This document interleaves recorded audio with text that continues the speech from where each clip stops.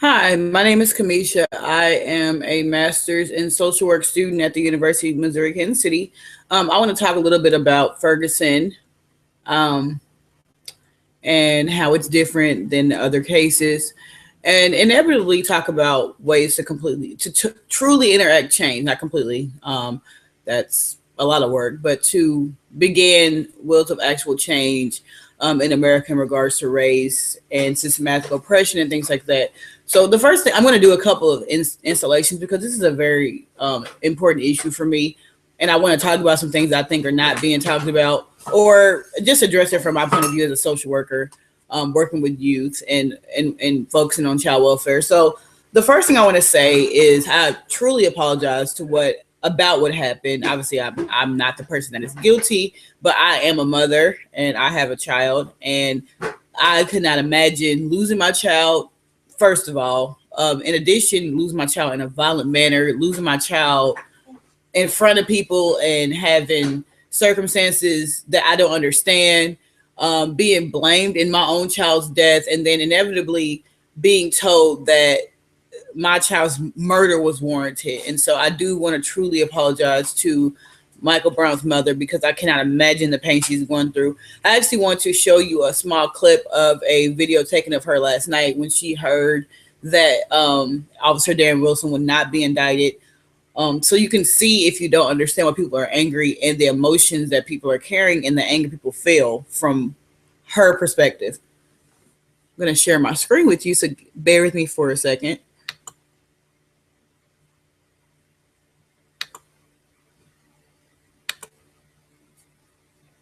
We'll talk about that in a second.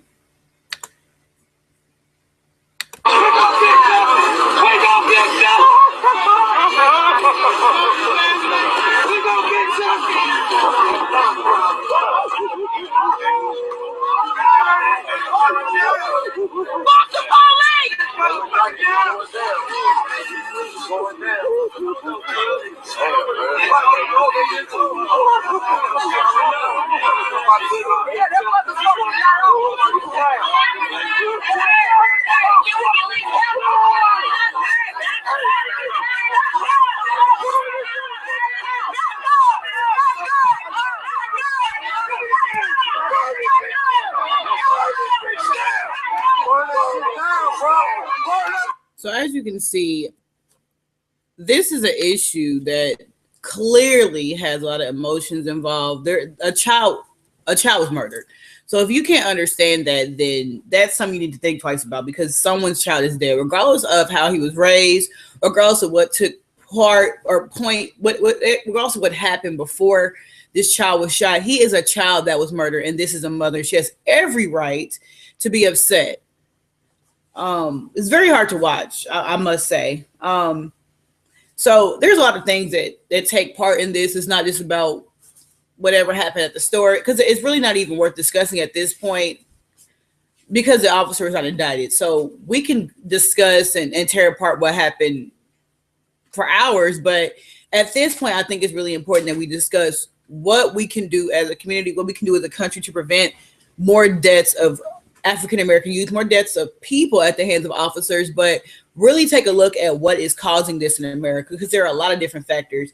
Obviously, systematic oppression and issues about race in America play a huge part, and it's hard to understand that when it's not you. And so when I do installments of this video, I'll try to go into a little bit of depth of why this matters, and why this is relevant to this topic.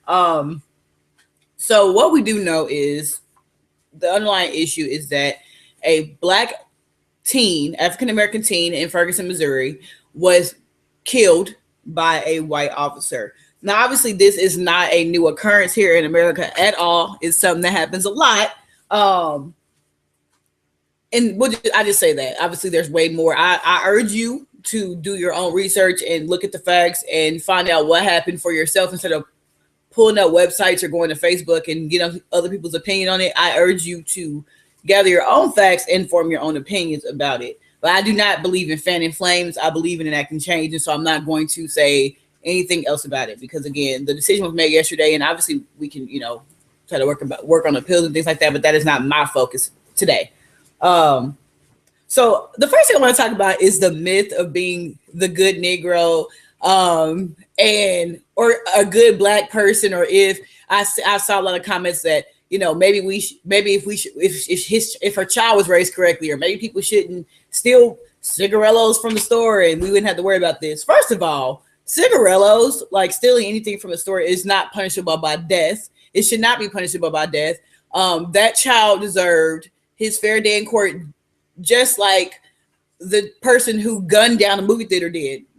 Okay, so if you believe that a person stealing cigarillos from a store warrants his execution style murder, then you need to rethink life, because that's completely ridiculous. And again, put yourself in the shoes of that mother and that family and think about if that was your brother or your sister or your daddy gunned down the street for stealing cigars. Like, if you really believe that that deserves his death, then that's ridiculous. And if that's the case, then why are there other people who have committed honestly more heinous crimes who are living right now? Charles Manson is still alive, okay? And he got his fair day in court and he went to jail, but he is living. He was allowed to go to jail and he faced the judicial system, and he is alive. He was not murdered, and he's still alive, about to get married. So that's the problem. I'm going to show you a quick clip about the percentage of African-American men that have been murdered by cops. And so you can see the significant difference in the amount of African-Americans that are murdered by cops in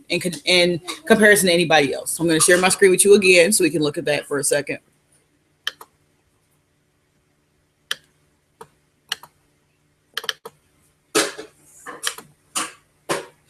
That we've taken away from this is African Americans are killed by white police officers almost twice a week on average in the United States, year in and year out, about 96 times a year.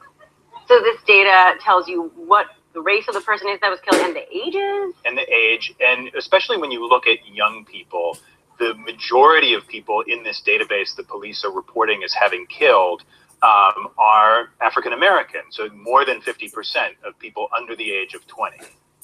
Okay, so in this data, it's more than 50%, but is that a good sample size? Does that give us the whole picture? It's a fairly large number of shootings. It's mostly shootings, more than 400 every year that we've been looking at, but we know that the FBI's data are very incomplete. So it's the lowball number. For example, the entire state of Florida is missing from their database, and it's reflecting only homicides that the police determine are justified.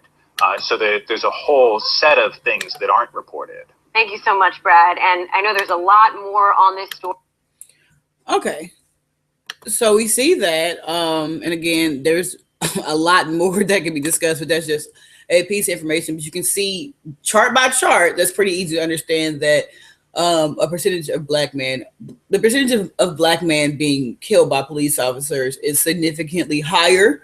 And that doesn't even include all the data. That's what they do have. So that's not including data of police officers that did not justify the deaths as homicide and they felt like they were warranted. And again, they said that Florida, which needs to be in there, is missing. So you can see. So what I want to address this again, because this is something I saw a lot about the proper raising of children. So obviously I'm a college student. My focus again is child welfare. So I have learned a little bit more about child rearing that I try to use in the raising of my child. She's in cheerleading, she's in Girl Scouts, she's in dance. She has a tutor. I try to go above and beyond to teach her beyond what the school says she needs to learn. Because I have learned those things are important. But let's be clear. My child is still African American. Now, luckily, she's a girl, and the percentages of girls being murdered by police are significantly lower. But let's say that my child was a boy. Does it mean that she's safe because I put a little bit more effort into raising her, or I might stand to to earn more money in my lifetime, and he may have a degree of education? No, because my child is still African American, and we're darker. And those show significantly higher numbers as well. So really, I mean, there's still a chance that my child could be shot in the neck, honestly. And it sounds like I'm being sarcastic, but there is still a chance that my child could be murdered regardless of how I bring him or her up, because she's African American. Okay? That's what it is. The reason for that is because there are many contributing factors that affect what happens. And being African American simply alone is one of them.